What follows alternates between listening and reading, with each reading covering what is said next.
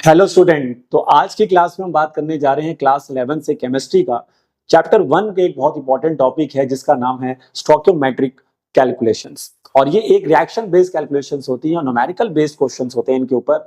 और इस काफी बच्चे इसमें डिफिकल्टी जो है वो मिलती है उनको, जिस वजह से वो कैलकुलेशन नहीं कर पाते, न्यूमेरिकल्स गलत हो जाता है। तो आज का जो वीडियो है पूरा देखें। और ये जो वीडियो है इसको मैं दो पार्ट्स में लेकर आऊंगा, पार्ट 1 और पार्ट 2। पार्ट 1 के अंदर हम बात करेंगे कि कैसे इन कैलकुलेशंस को हमें करना है, कैसे हम इन कैलकुलेशंस को करना सीखेंगे। और जो इसका पार्ट 2 होगा वो भी इस चैप्टर का ही बहुत इंपॉर्टेंट टॉपिक है जो इन्हीं कैलकुलेशंस पर ही बेस्ड होता है, जिसको हम कहते हैं लिमिटिंग रिएजेंट।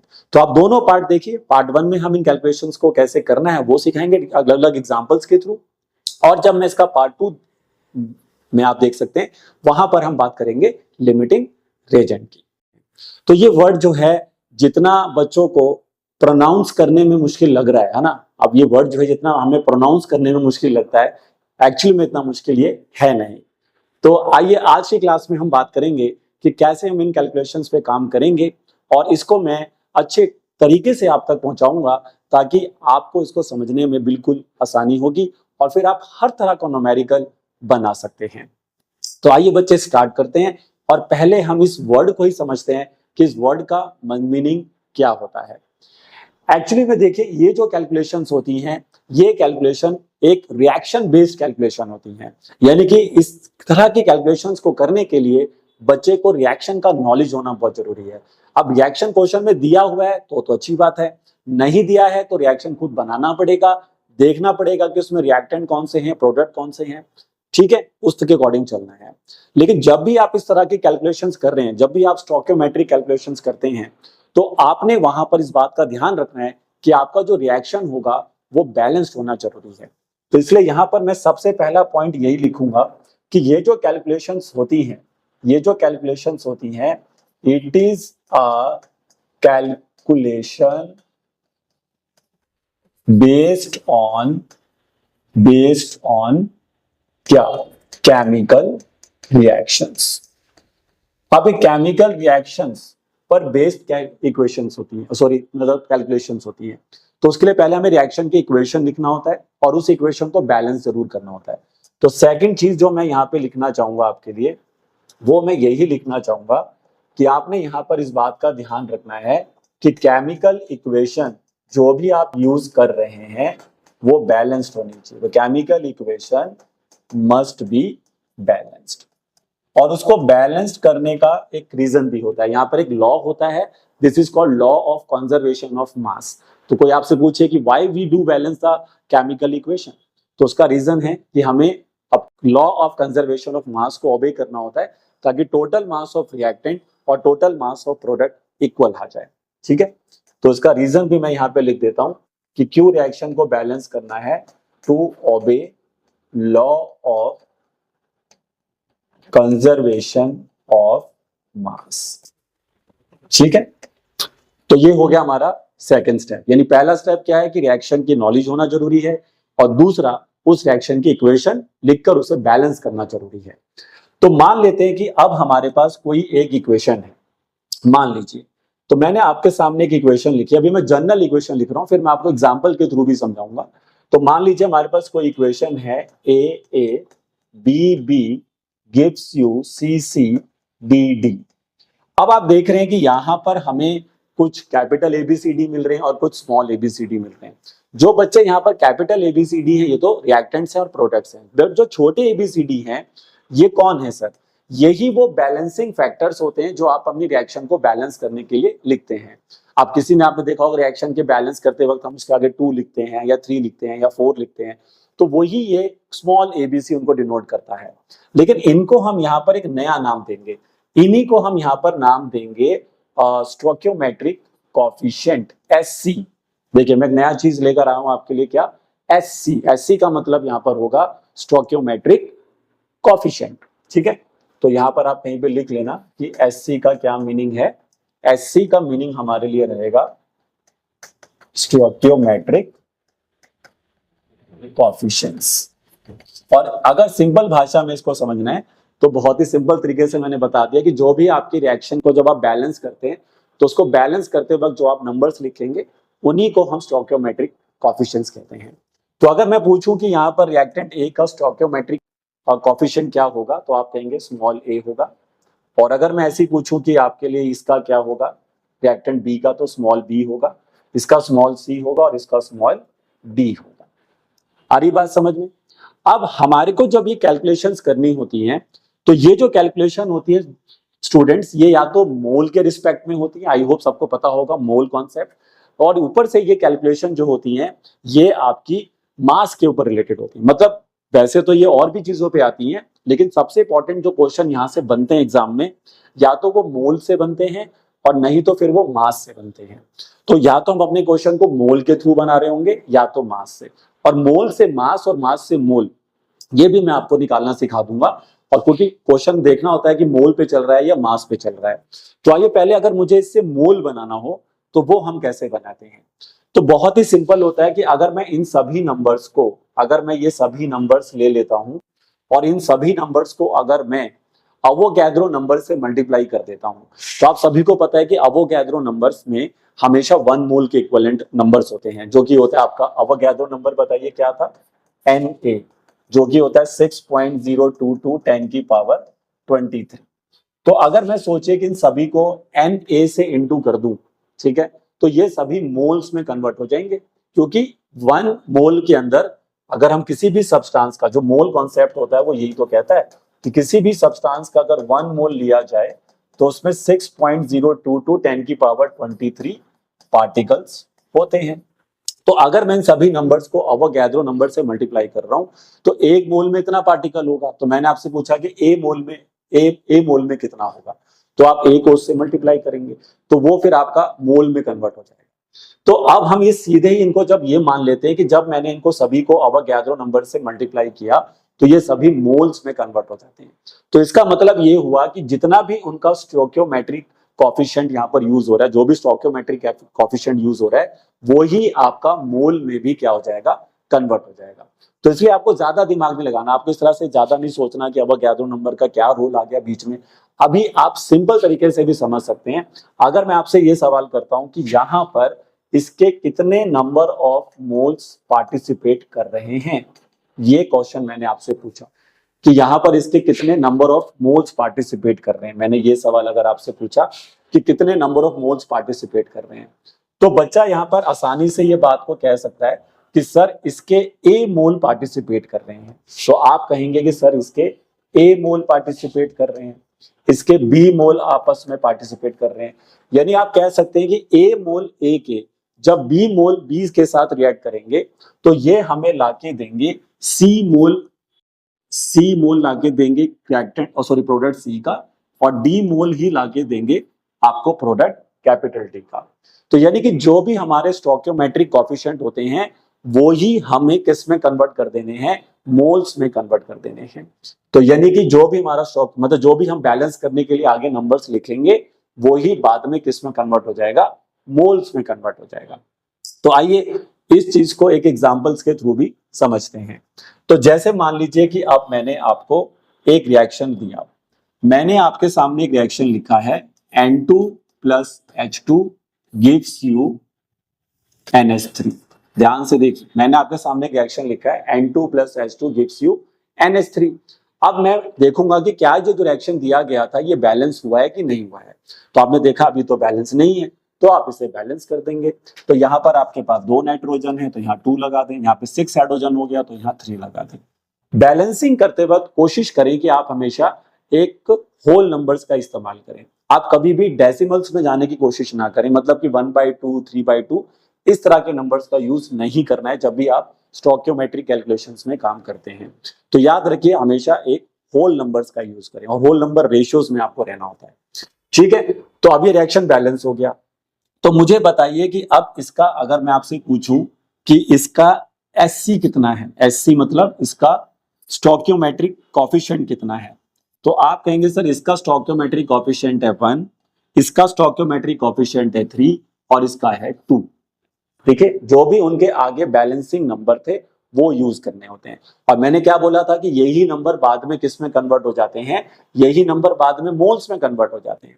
यानी कि अगर मैं आपसे पूछूं कि यहाँ पर किसका कितना मोल यूज हो रहा है, तो आप कह सकते हैं सर कि सर यहां पर इसका यूज होगा 1 मोल, यहां पर इसका यूज होगा 3 मोल, यानी कि 1 मोल नाइट्रोजन गैस, ध्यान से सुनिए, बोलने का तरीका समझना होता है। जब 1 mole nitrogen gas 3 mole of hydrogen gas के साथ रिएक्ट करती है तो आपको 2 मोल अमोनिया बना के देती है। ये जो अमोनिया फॉर्मूला बनता है NH3, इसको अमोनिया कहते हैं। तो ये आप इसको ऐसे पढ़ें कि 1 mole of nitrogen gas when react with the 3 mole of hydrogen gas, तो ये आपको लाके देता है 2 मोल अमोनिया का। तो ऐसे आप किसी भी रिएक्शन को पहले बैलेंस करिए और जो भी उसके आगे बैलेंसिंग फैक्टर आपने लिखे थे उन्हीं को कन्वर्ट कर दीजिए मोल्स में। इजी है, तो ये आप पहला काम करना सीखिए। ठीक है, अब उसके बाद सर अब एक चीज मैं आपको यहां से और सिखाऊंगा कि जैसे मैंने कहा था कि जरूरी नहीं है कि क्वेश्चन मोल का होगा, क्वेश्चन मास पे भी होता है। तो याद करिए मोल और मास में क्या रिलेशन होता है। तो आइए अगर अब मैं इसी चीज को दोबारा दिखाता हूं, देखिए, तो उससे पहले आपको एक फॉर्मूले की तरफ मैं लेके जाऊंगा। क्या फॉर्मूला है सर? मैंने कहा नंबर ऑफ मोल्स निकालने का एक फॉर्मूला होता है, वो याद करना होगा। तो नंबर ऑफ मोल्स को निकालने का एक फॉर्मूला बताया गया है कि जो भी उस सब्सटेंस का गिवन मास होगा उसको उसी के मोलर मास से डिवाइड कर दीजिए। मोलर मास जो होता है किसी भी सब्सटेंस का, वो 1 मोल का मास होता है। 1 मोल का जब कोई सब्सटेंस लेते हैं तो उसका जो मास आता है उसको मोलर मास कहते हैं। और वो बिल्कुल वैसे ही निकालना होता है जब सारे एटम के मासेस को आपने सम करना होता है। तो आई होप सबको याद होगा मोलर मास कैसे निकालते हैं। अब इसको अगर हम सिंबॉलिक फॉर्म में लिखना चाहें तो हम इसको ऐसे लिख सकते हैं कि small n is equal to small m by capital M।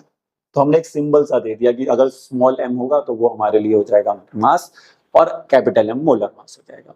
लेकिन हमें यहाँ पे मास चाहिए, तो मास निकालने का फॉर्मूला बोलो क्या बनेगा? n into molar mass. तो हमारे काम का ये फॉर्मूला है।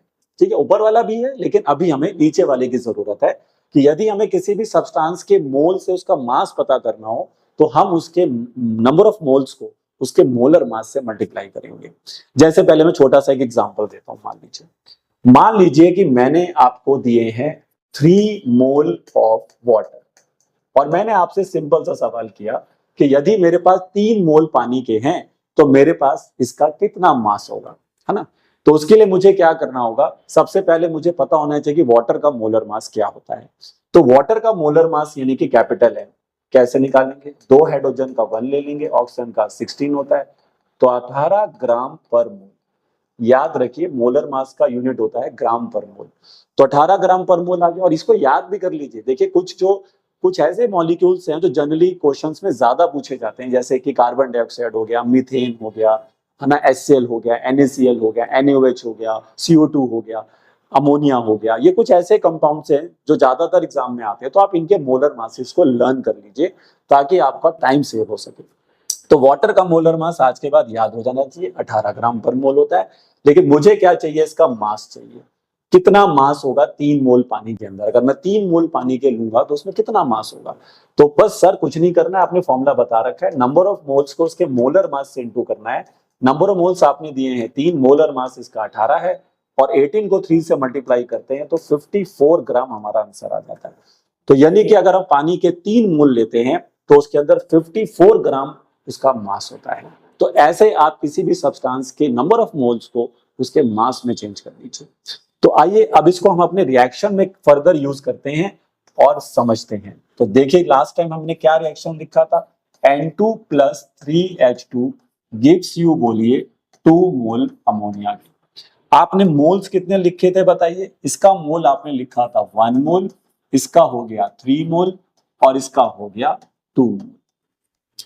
आई होप समझ में आ रहा होगा। तो इसका 1 मोल, इसका 3 मोल और इसका बोलो कितना? 2 मोल। अब जब मैंने इनको मोल में लिख दिया तो अब मैं इनको मास में कन्वर्ट कर रहा हूं। ध्यान से सुनिए, अब मैं इसी से मोल से क्या बनाऊंगा? इन सभी के मास पता करूंगा, किस रिएक्शन में किसका कितना मास, किससे कितने मास के साथ रिएक्ट हो रहा है। तो फॉर्मूला वही यूज होगा, मैं दोबारा उसको ऊपर लिख देता हूं।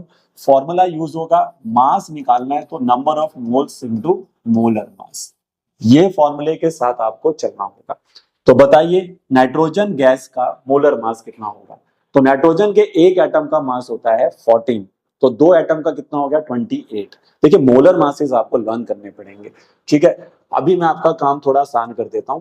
कि जो जो एलिमेंट्स यहाँ पर अब मैंने यूज कर रहा हूँ उनके मोलर मासेस देखो, मैं बता भी रहा हूँ कैसे निकालना है। तो नाइट्रोजन के एक एटम का मास हो गया 14, 2 का 28 हो गया। तो मैं जब इसका मास निकालूंगा, देखिए ये जो मैंने अभी लिखा हुआ है, इसको देखे सारे बच्चे, एक मिनट, ये जो मैंने अभी लिखा हुआ है उसको देखिए, ठीक है। अभी जो मैंने लिखा है बताओ ये सब इनके क्या हैं? ये सब इनके सर मोल्स बताएंगे आपने कि किसका कितना मोल्स जो है वो वहां पे यूज हो रहा है।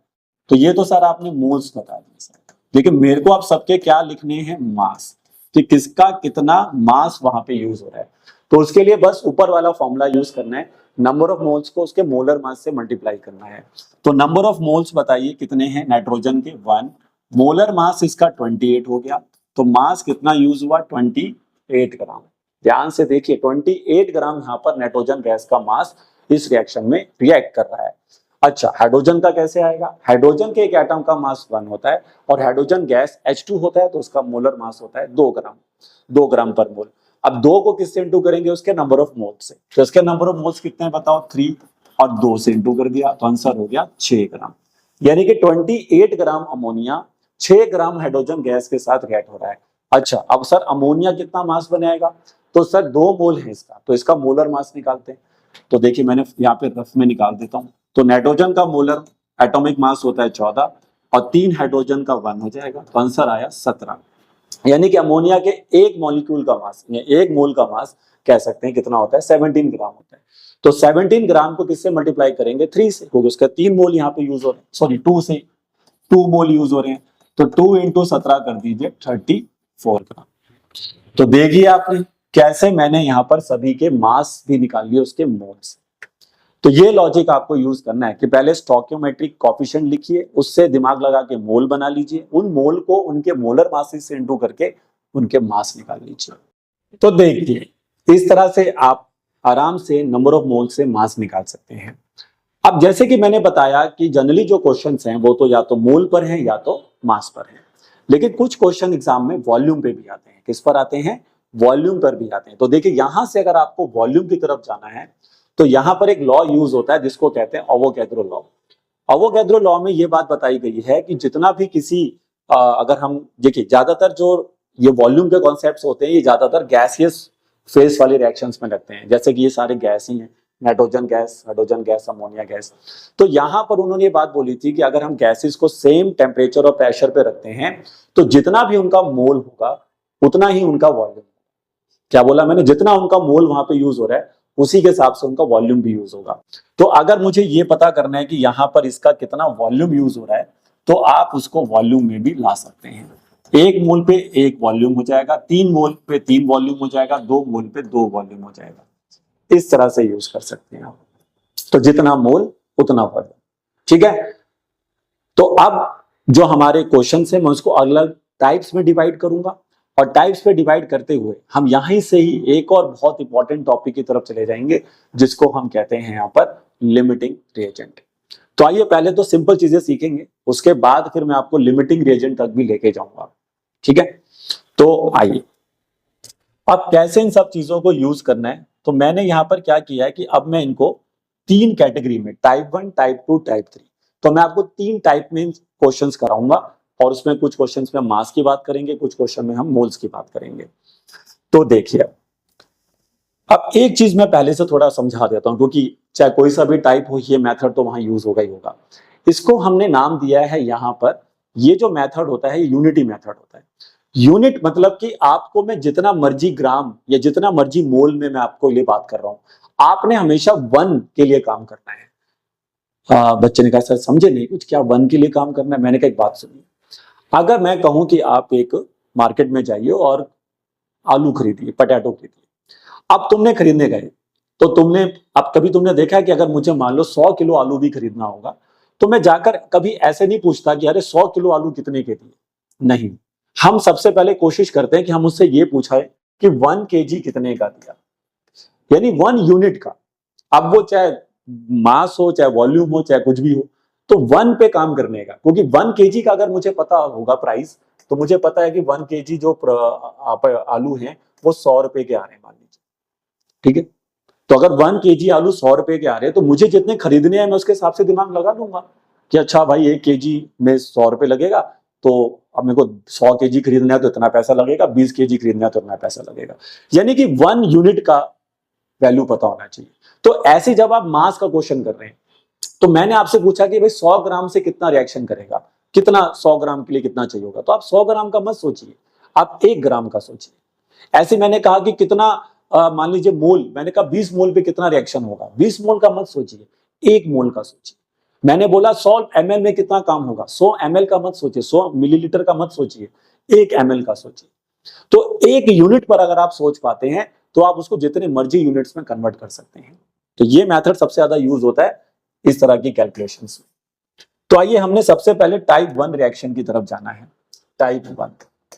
तो अगर मैं आपके सामने पहले टाइप 1 को समझाऊं तो टाइप 1 का मतलब ये होगा कि टीचर आपको जो रिएक्शन देगा उसमें सिंगल रिएक्टेंट होगा, रिएक्टेंट एक ही होगा, प्रोडक्ट जितने मर्जी हो सकते हैं। तो यानी कि हम सबसे पहले बात कर रहे हैं रिएक्शंस हैविंग सिंगल रिएक्टेंट, और उनके ऊपर वो क्वेश्चन बनाएंगे। तो रिएक्टेंट्स हैविंग सिंगल रिएक्टेंट, और उसी रिएक्टेंट का मास या मोल पे क्वेश्चन चलेगा आपका, ठीक है। तो आइए स्टार्ट करते हैं। तो सबसे पहला क्वेश्चन जो हम इसमें बनाने जा रहे हैं उसका रिएक्शन देखिए। तो मैंने उसका रिएक्शन वही रिएक्शन लूंगा जो मैंने पीछे लिया था, बट उसको छोटा थोड़ा सा चेंज कर देते हैं। आइए, तो अब की बार हमारा रिएक्शन है कि अमोनिया डिकम्पोज हो रहा है और बना रहा है N2+H2, ठीक है भाई। अमोनिया को डिकम्पोज करोगे तो ये दो गैसेस वापस बन जाएंगी। अब मैं इनको बैलेंस कर देता हूं, तो बैलेंस करने के लिए यहां पर आएगा आपके पास 2 और यहां आएगा 3। ये बात का ध्यान रखना है, रिएक्शन बैलेंस होना जरूरी है, अगर बैलेंस नहीं है तो समझ जाइए आपका क्वेश्चन गलत हो गया है। आप क्या करें सर, आइए तो सबसे पहले अगर हम पहले इस क्वेश्चन को समझते हैं, ठीक है। क्वेश्चन क्या पूछ रहा हूं मैं आपसे, मेरा आपसे सिंपल सा सवाल है। देखिए क्या क्वेश्चन मैंने पूछा है कि find number of moles of nitrogen formed by 10 mole of ammonia. Question ध्यान से पढ़िए, ठीक है, तभी समझ में आएगा। Find the number of moles of nitrogen formed by 10 mole of ammonia, यानी कि अगर मैं 10 मोल अमोनिया के ले लेता हूं तो मैं कितने मोल नाइट्रोजन गैस के बना सकता हूं। तो मैंने क्या बोला, 10 मोल का नहीं सोचने का, सबसे पहले 1 मोल का सोचने का।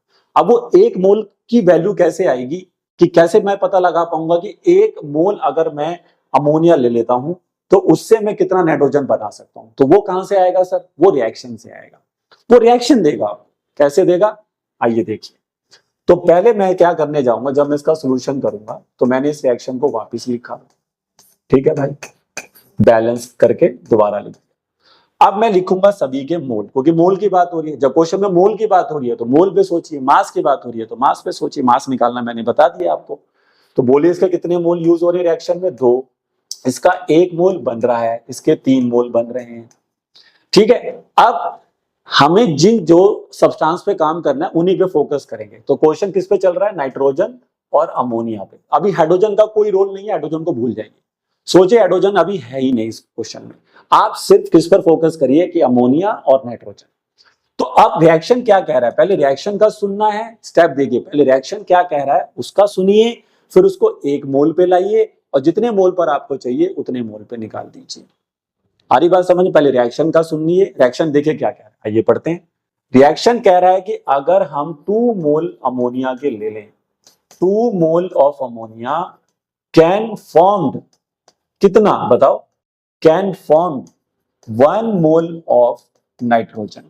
ये मैं नहीं कह रहा हूं भाई, ये कहीं सोच रहे हैं कि मैंने बोला, मैंने नहीं बोला, ये रिएक्शन बोल रहा है। रिएक्शन खुद में एक चिल्ला चिल्ला के बोल रहा है कि भैया 2 मोल अमोनिया के लोगे तो उससे 1 मोल नाइट्रोजन गैस का बनेगा। लेकिन मुझे कितने पे सोचना है, 1 पे सोचना है। तो सर यहां से 1 का कैसे निकालेंगे, मैंने कहा बहुत आसान है। अगर आप यहां से 1 के लिए जाना चाहते हैं कि 1 मोल अगर हम अमोनिया ले लें तो उससे हम कितना बना सकते हैं नाइट्रोजन गैस। तो आपने कुछ नहीं करना मेरे दोस्त, ये वाली जो वैल्यू होती है ना 2 जो यहाँ पर, इसको डिवाइड में भेज देना है, ये इसके डिवाइड में जाएगा।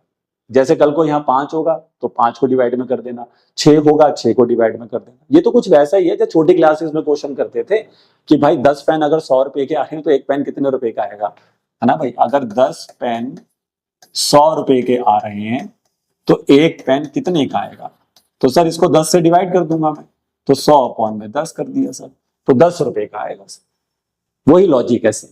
तो अगर 1 मोल पे जाना है तो कितना बनेगा, 1/2 मोल ऑफ नाइट्रोजन गैस। ध्यान से देखिए, 1/2 मोल ऑफ नाइट्रोजन गैस बन गया। अब 1 मोल का आ गया ना भाई साहब, 1 मोल का चाहिए था वो आ गया हमारे पास। अब कितने मोल का टीचर पूछ रहा है क्वेश्चन में, वो ढूंढिए भाई, कितने मोल पे चाहिए, 10 मोल पे। कोई दिक्कत नहीं है भाई। अब जब 1 मोल का पता है, जब एक पेन का पता लग गया कितना प्राइस है, तो अब मैं तो 50 पेन पे भी निकाल लूंगा, 100 पेन पे भी, 1000 पेन पे, जितने मर्जी पे निकाल लूंगा। तो अब 10 मोल के लिए पढ़िए कि भाई 10 मोल अगर हम यहां से अमोनिया के लेते हैं तो कितने पे करना है। तो बस 1 यूनिट का अगर आपको वैल्यू पता है तो उसको जस्ट मल्टीप्लाई कर दीजिए उससे। बस 10 मोल का पता करना है 10 से इंटू कर दो, 50 मोल का पता करना है 50 मोल से इंटू कर दो। तो 1/2 को किससे इंटू कर देंगे, 10 से। तो आई होप अब आपके सामने आंसर आ चुका है कि सर मेरे को मिलेंगे 5 मोल नाइट्रोजन गैस के, 5 मोल। तो देखा आपने कितना आसान था। ये सिस्टम है, इसी कॉन्सेप्ट से आपको चलना होगा कि पहले मुझे रिएक्शन की बात सुननी है, फिर जब रिएक्शन की बात जो मैंने लिख दी देखो फर्स्ट स्टेप में, उसके बाद मुझे 1 मोल पे जाना है, सेकंड स्टेप जो कि मुझे 1 मोल पे लेके जाएगा। और जब मैं 1 पे आ जाऊंगा उसके बाद टीचर जितने मोल पे पूछ रहा होगा उससे उसको मल्टीप्लाई कर, ठीक है। तो इस तरह से आप ये क्वेश्चन जो है कर सकते थे। अब हम आगे बढ़ते हैं, ठीक है। इसी में ही मैं छोटा सा बदलाव करता हूं और फिर मैं कुछ और चीजों को पूछता हूं। देखो अभी रिएक्शन यही रखेंगे और कुछ और चीजों को समझेंगे इसी से ही। तो अगर मैं इसी रिएक्शन को रख लूं दोबारा से, देखिए इसी रिएक्शन को मैं दोबारा से रख लूं और फिर मैं देखूं कि अब मैं क्या कर पाऊंगा। देखिए अगर हम इसी रिएक्शन को वापस रखें, अब इस क्वेश्चन को छोटा सा इसमें चेंज करते हैं। क्या चेंज करते हैं आइए देखिए। अब मैंने इस क्वेश्चन में क्या पूछा है, ध्यान से पढ़ना। अब मेरा अगला सवाल है, ये मान लो मेरा फर्स्ट पार्ट था। अब मैं इसका सेकंड पार्ट अगर बनाऊं भाई, तो इसका सेकंड पार्ट देखिए क्या बना रहा हूं, find number of moles of ammonia required to, ठीक है ना, find the number of moles of ammonia required to form 6 mole of hydrogen. ध्यान से पढ़िए अब क्वेश्चन क्या है, ठीक है। कितना मोल अमोनिया का चाहिए होगा ताकि हम 6 मोल हाइड्रोजन बना सकें। तो अब क्या पढ़ेंगे, रिएक्शन तो यही रहेगा सर, है ना, यही रिएक्शन है, बैलेंस भी है, लेकिन आप उसको रीड कैसे करें। हमेशा एक बात याद रखना कि जिस चीज का भी मास या मोल फाइंड करना होता है उसको हमेशा राइट साइड में लिखिए। क्या बोला मैंने, जिसका भी मास या मोल निकालना उसको राइट साइड में लिखिए। यहां पर किसका मास और मोल निकालना था बताइए, नाइट्रोजन का, तो नाइट्रोजन को राइट साइड पे पढ़ा। यहां पर किसका मास या मोल निकालना है, सॉरी मोल निकालना है, किसका निकालना है, अमोनिया का, तो अमोनिया को राइट में पढ़ने का। अब सब अमोनिया को राइट में कैसे पढ़ूंगा, मैंने कहा अब यहां से यहां पढ़ो। अगर आप पहले यूं पढ़ रहे थे कि 2 मोल अमोनिया से 1 मोल नाइट्रोजन गैस बन सकता है, तो अब ऐसे पढ़ो कि 3 मोल हाइड्रोजन से, ध्यान से पढ़ना, 3 मोल हाइड्रोजन बनाने के लिए 2 मोल अमोनिया की जरूरत होगी, क्योंकि ये बन रहा है ना, ये प्रोडक्ट है तो प्रोडक्ट बनता है, रिएक्टेंट रिएक्ट होता है। तो 3 मोल, देखो मैं क्या लिख रहा हूं, ध्यान से पढ़ लेना, 3 मोल ऑफ, ध्यान से पढ़ते जाना, 3 मोल ऑफ हाइड्रोजन इज फॉर्म्ड, कितने से बताओ, 3 मोल ऑफ हाइड्रोजन फॉर्म्ड कितने में से, 3 मोल बनाने के लिए कितना चाहिए सर, 2 मोल चाहिए होंगे अमोनिया के। यही तो क्वेश्चन कह रहा है, 2 मोल चाहिए होंगे किसके, अमोनिया के।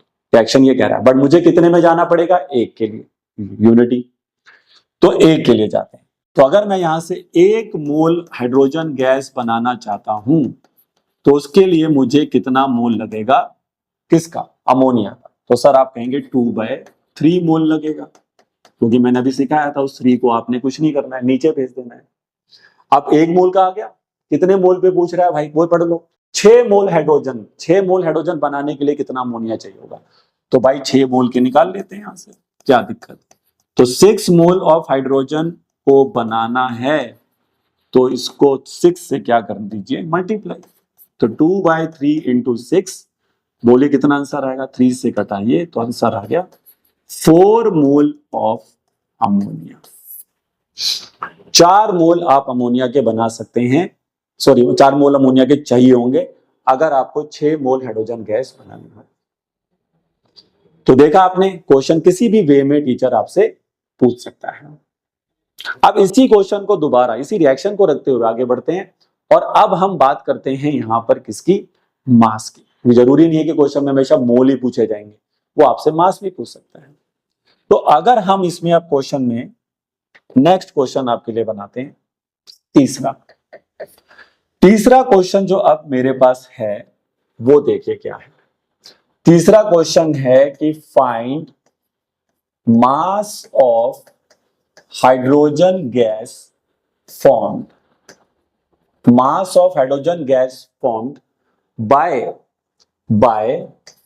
3.4 ग्राम ऑफ अमोनिया।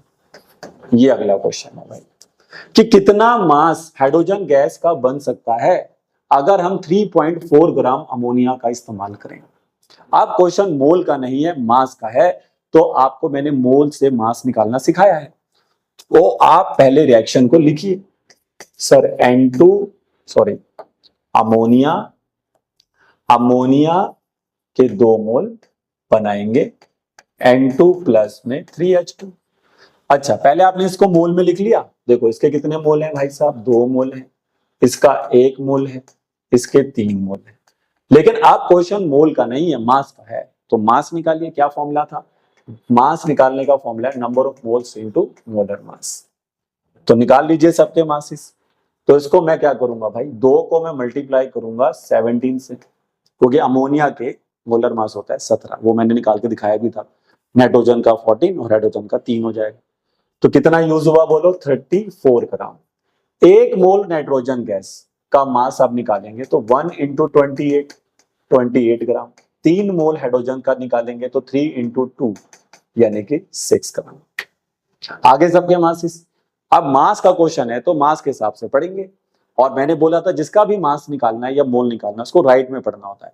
तो राइट में किसको पढ़ोगे, इस बार हाइड्रोजन गैस को पढ़ोगे। तो कैसे पढ़ोगे, अमोनिया से हाइड्रोजन गैस पढ़ो और मास के अकॉर्डिंग पढ़ना। ये देखिए 34 और ये 6। तो कैसे पढ़ोगे बताओ।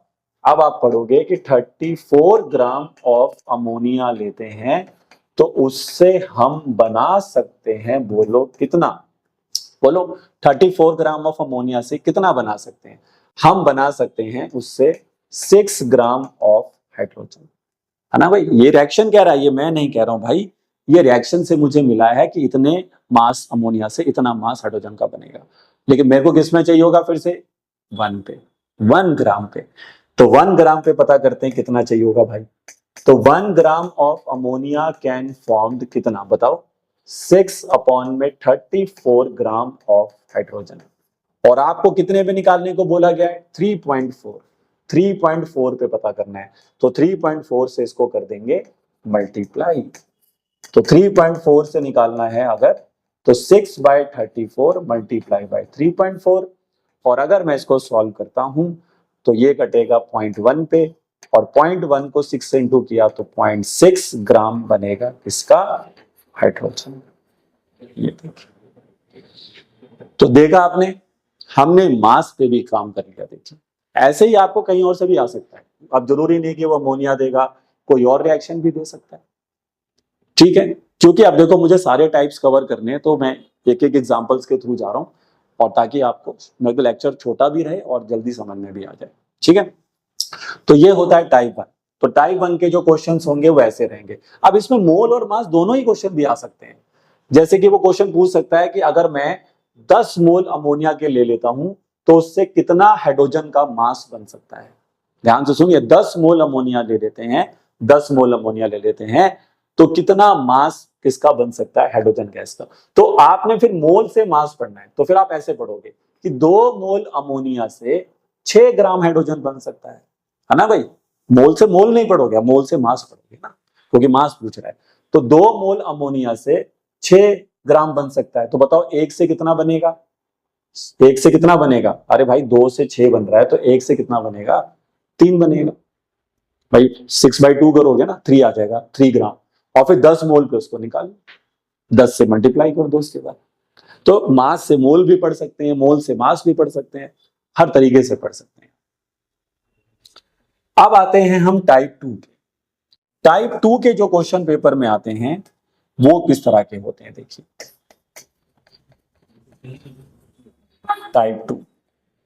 टाइप 2 का क्वेश्चन जो होता है उसमें ऐसे रिएक्शन दिए जाते हैं जिसके अंदर 2 रिएक्टेंट होते हैं और दोनों रिएक्टेंट में से अभी भी किसी एक ही रिएक्टेंट का मास गिवन होगा। तो देखिए, रिएक्शन हैविंग टू रिएक्टेंट्स, ठीक है, बट मास और मोल of only one reactant is given.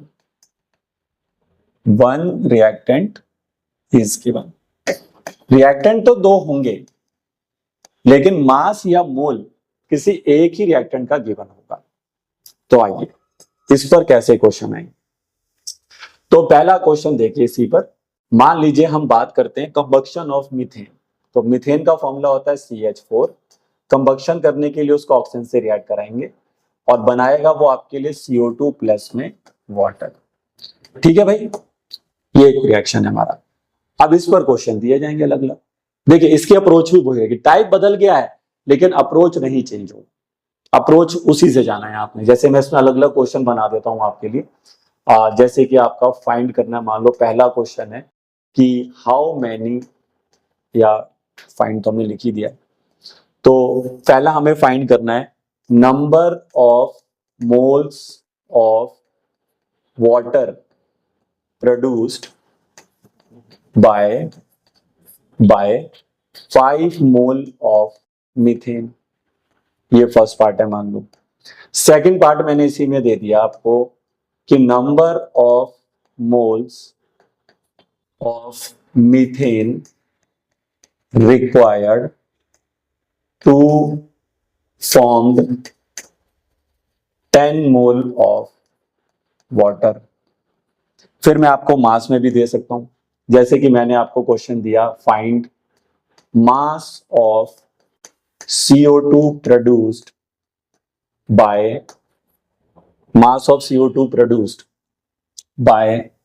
64 gram of methane. ऐसे तो ऐसे आपको क्वेश्चन मोल में भी आ सकते हैं, मास में भी आ सकते हैं। अगर हम CBSE लेवल की बात करें तो ज्यादातर क्वेश्चन मास पे होते हैं, बाकी एंट्रेंस में तो फिर आपको मोल मास किसी पे भी क्वेश्चन दे सकता है टीचर। अब सोचिए कि ये सभी क्वेश्चन मेरे को करने हैं, तो मैं अब इन्हें कैसे बनाऊंगा। देखिए सबसे पहला स्टेप क्या होता है, रिएक्शन को बैलेंस करिए। तो रिएक्शन है हमारा CH4 plus O2 gives you CO2 plus में वाटर। तो रिएक्शन को बैलेंस करने के लिए आपको 4 हाइड्रोजन के लिए यहाँ पे 2 लगाना पड़ेगा और यहाँ पे भी 2 लगाना पड़ेगा, ठीक है भाई, क्योंकि ऑक्सीजन उस तरफ 4 है। अब रिएक्शन बैलेंस हो गया तो जितने भी आपके स्टोइकियोमेट्रिक कोएफिशिएंट आए हैं उनके मोल्स बना लीजिए। इसका 1 मोल होगा क्योंकि इसके आगे 1 लिखा हुआ है, इसके 2 लिखे ऑक्सीजन गैस के तो 2 मोल हो गए। 1 मोल CO2 का बन रहा है क्योंकि इसके आगे 1 ही लिखा है। पानी के 2 मोल बन रहे हैं क्योंकि पानी के आगे 2 लिखा है, वाटर के आगे 2 लिखा है, आगे सबके मोल। अब इस क्वेश्चन में मास की भी बात हो रही है ना, क्योंकि मल्टीपल क्वेश्चन है तो हम सबके मास भी निकाल लेते हैं। तो मीथेन के 1 मोल का मास हो जाएगा, अगर आप मीथेन का मास निकालेंगे तो 16 ग्राम आएगा, क्योंकि कार्बन का 12 हो जाएगा और हाइड्रोजन के 4 हो जाएंगे, क्योंकि 1 हाइड्रोजन का 1 तो 4 का 4, और 1 मोल इंटू 16 करेंगे तो 16 ग्राम ही आंसर आ जाएगा इसका, है ना भाई। 1 मोल इंटू 16 करेंगे तो 16 ग्राम ही आ जाएगा। ऑक्सीजन के एक एटम का मास 16 होता है तो ऑक्सीजन गैस का मास होगा 32 और 32 उसका 1 मोल का मास है, तो हमें कितने पे चाहिए, 2 मोल पे, तो 2 से इंटू कर देंगे।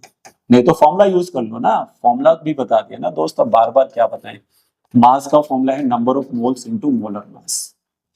तो मोलर मास से इंटू करते जाइए बस सबके मोल्स को। तो इसका मोलर मास आ रहा है भाई कितना, 32, तो ये 64 ग्राम आ गया। इसका 1 को इंटू करोगे 44 से तो ये 44 ग्राम आएगा, ये 2 इंटू होगा 18 से तो 36 ग्राम आएगा, 36 ग्राम आएगा। तो सबके मासेस भी आ गए, सबके मोलर मास इंटू कर दो मोल्स को, मोलर मास से सबके मास आ गए।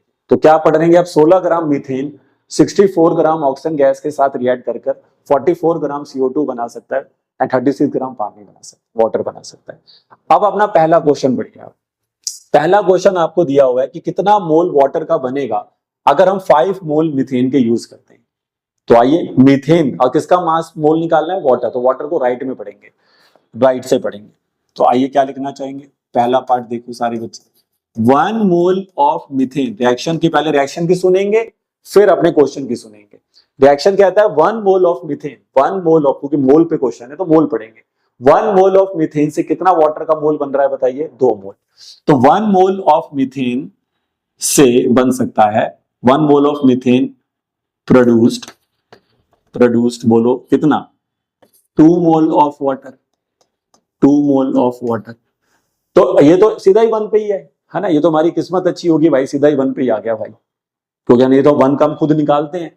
तो 1 मोल पर अगर 2 मोल है तो टीचर पूछ रहा है कितने मोल पे, 5 पे। तो अगर भाई 1 से 2 बनेंगे तो 5 से 10 बनेंगे, सिंपल लॉजिक। तो 5 मोल ऑफ मीथेन से प्रोड्यूस्ड हो जाएंगे 2 इंटू 5 यानी कि 10 मोल्स।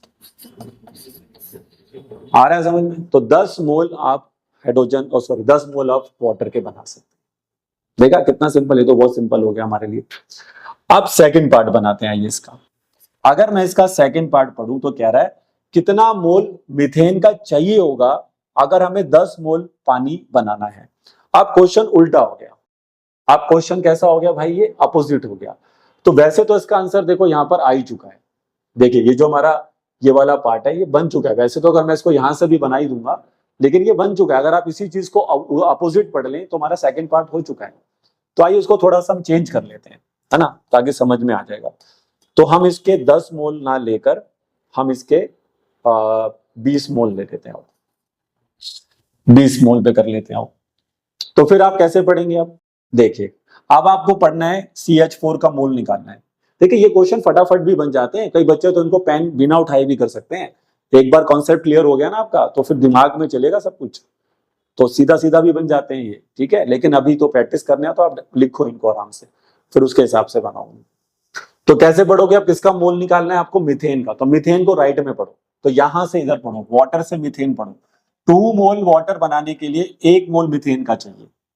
पढ़ो सारे बच्चे, क्या पढ़ोगे बताओ, 2 मोल of water can form, 2 mole of water can form किसके द्वारा बताओ, 1 मोल ऑफ मीथेन।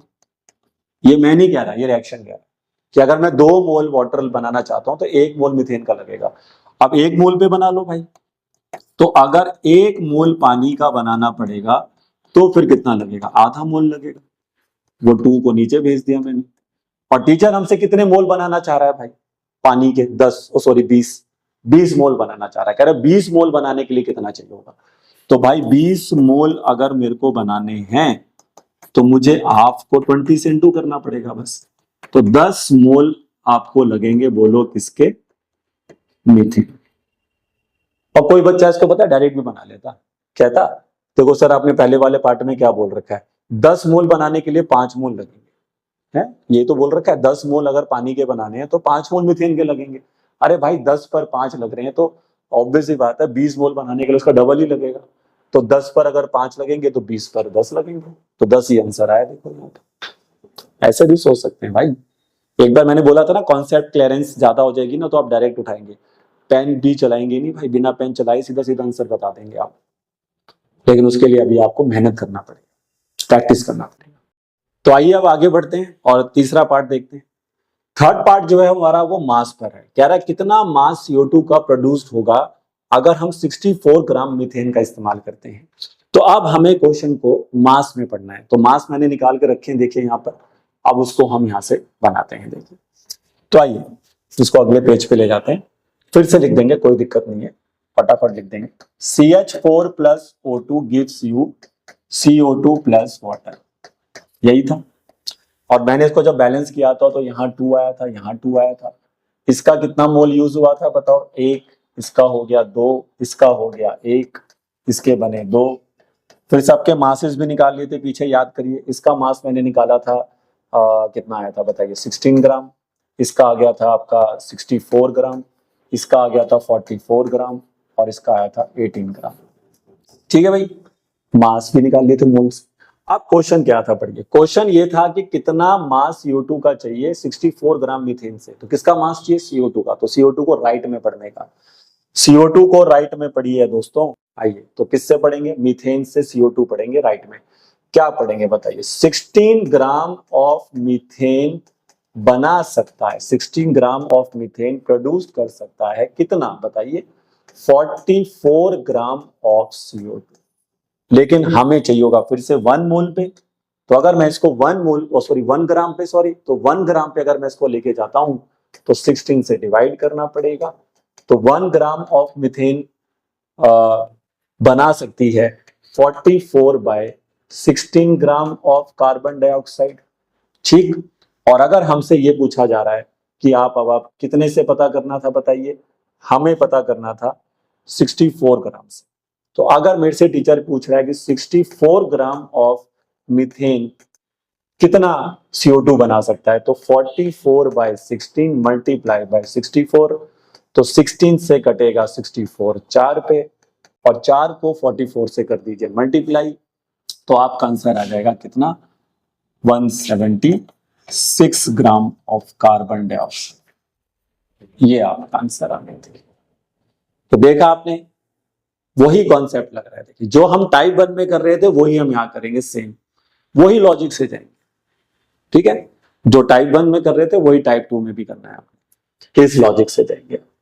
अब यहाँ पे क्वेश्चन कुछ भी पूछा जा सकता है। और देखो, मैंने जैसा बताया था, थोड़ा कॉन्सेप्ट क्लियरेंस अच्छा हो जाएगा तो आप सीधा भी बता सकते हैं। जैसे अगर सपोज करिए मैंने आपसे क्वेश्चन ये पूछा होता कि अगर मुझे CO2 बनाना है 22 ग्राम। सोचो, अब खुद दिमाग लगाना, बिना पेन चलाए आंसर चाहिए मेरे को इस बार। अगर मेरे को 22 ग्राम क्या चाहिए? CO2 चाहिए। तो उसके लिए कितना मीथेन का मास चाहिए होगा? कितना मीथेन का मास मैं लूंगा ताकि 22 ग्राम CO2 बना सकूं? तो क्वेश्चन कह रहा था कि 16 ग्राम चाहिए होता है 44 के लिए। मैं 22 में पूछा, तो 44 का आधा कर दिया आपने भाई। 44 का आधा 22 होता है, तो 44 का आधा 22 हो गया। तो आधा कर दिया तो उसको भी आधा कर दो। अरे भाई, इसको भी आधा कर दो। तो 16 ग्राम का आधा कितना होता है? 18 ग्राम। 16 का आधा कितना होता है? 8।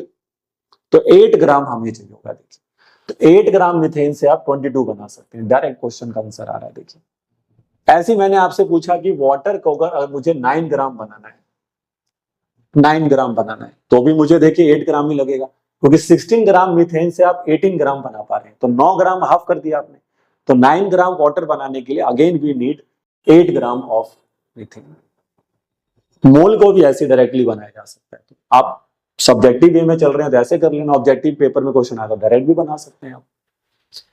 तो कॉन्सेप्ट देखो बच्चे यही रहेगा।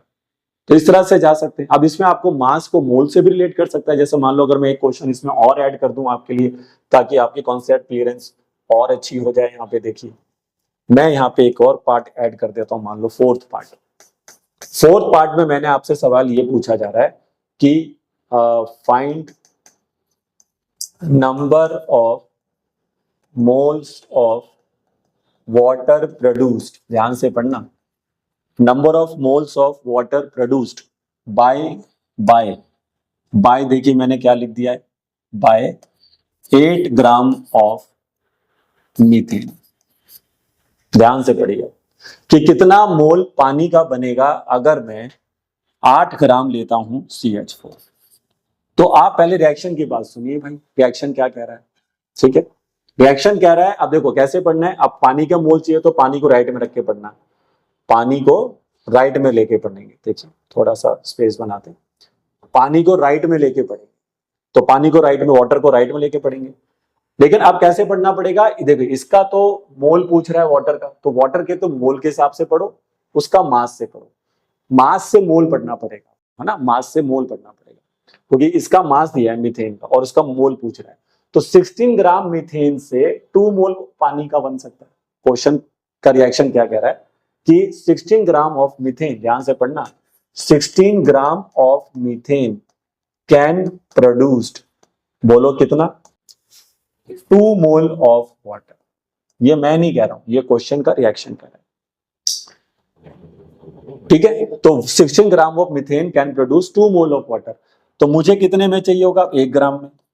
तो 1 ग्राम में अगर मैं निकालना चाहता हूं तो 2/16 हो जाएगा, 2/16 मोल लगेगा वाटर का। और हमसे कितने में पूछ रहा है, 8 ग्राम में। तो 8 ग्राम से आप उसको कर दीजिए मल्टीप्लाई।